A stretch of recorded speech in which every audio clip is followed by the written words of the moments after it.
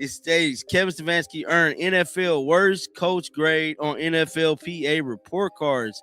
Now, from my understanding, these report cards are no longer being made to the public, but an NFL reporter leaked this year's grade, and they don't look good for Atlanta Falcons head coach Kevin Stefanski. According to an NFL insider, Diana Rosen stated Kevin Stefanski earned a C- grade in his final year coaching the Cleveland Browns. The NFL world got rocked this week with bombshells, and at the center of the storm is Kevin Stefanski, the newly hired head coach of the Atlanta Falcons. The NFLPA scorecard leaked, and it's sending shockwaves straight to Falcons ownership, especially Arthur Blank, the man behind the decision to bring Stefanski aboard. According to the report, Stefanski was named the worst coach of the 2025 season, and the Falcons' future might be teetering because of it. Let that sink in. You fire a coach who was actually working, you bring in a new guy with a big name, and that guy immediately lands a C- from the NFLPA. A C-. We're not talking a minor slump here. We're not talking about a rough patch or growing pains. This is an official league-wide evaluation placing Kevin Stefanski dead last among all NFL coaches. Arthur Blank didn't just make a questionable move, he made one of the costliest decisions in recent Falcons history, and the receipts are coming in fast. Now let's dig deeper. It's not just Stefanski's grade that's causing heat, it's the grade his predecessor got at the same moment. Raheem Morris, the man Arthur Blank replaced, received a B+ from the same analysts who handed Stefanski that C-. A B+. Do you understand what that means? The coach Blank let walk out the door was performing at a genuinely high level. He was respected, recognized, and rated positively by the people evaluating NFL coaches across the league. And the man replacing him? Dead last. The numbers back it up.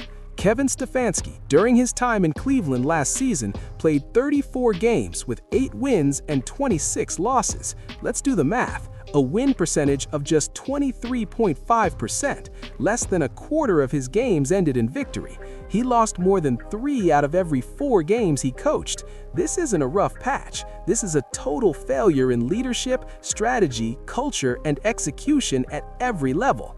Flip the script and look at Raheem Morris. In his 34 games with the Falcons, Morris tallied 16 wins, a 47% win rate, nearly double what Stefanski produced in the same span.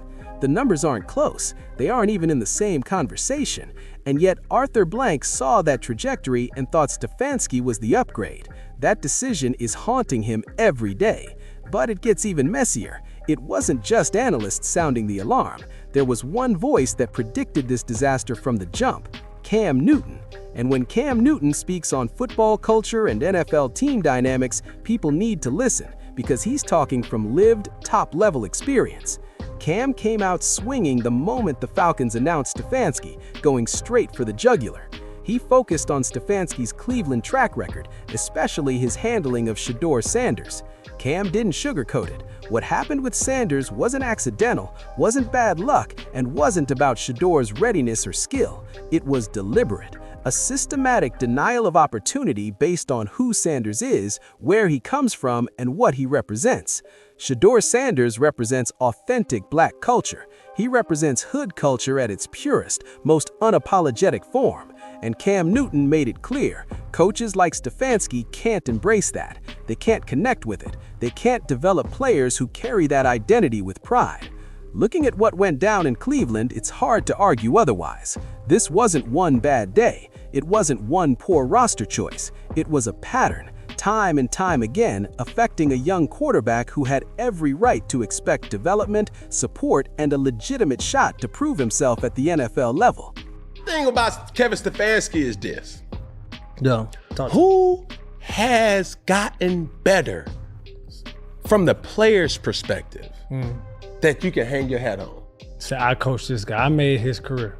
And now here's the question Cam Newton dropped that's been blowing up on social media ever since this hire went public. If Stefanski treated Shedeur Sanders like that in Cleveland, what makes anyone think he's going to act any differently in Atlanta? Think about what Atlanta even means. This isn't just any city. This is Atlanta, Georgia, a city where the fan base is overwhelmingly black, where the culture runs deep and is stitched into the very DNA of the franchise. A city where the community doesn't just root for the team, they are the team. The bond between Atlanta and its football culture is unlike anything you see in most other NFL markets. And yet, you brought in a head coach who, based on all available evidence, doesn't get that culture, can't connect with it, and has already shown he's willing to suppress players who embody it. It ain't no blacker division than the NFC South.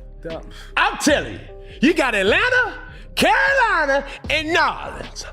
Carolina, That's the blackest division in all of football. The disconnect Cam Newton highlighted couldn't be more glaring when you break it down like that.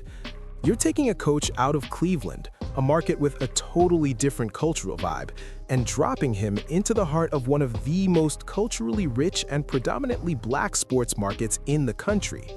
And you're asking him to lead a roster full of young black talent, young men with massive potential, players who need a coach that believes in them and will put them in position to thrive. The Falcons aren't lacking in young stars. They've got players all over the roster who represent the future of this franchise.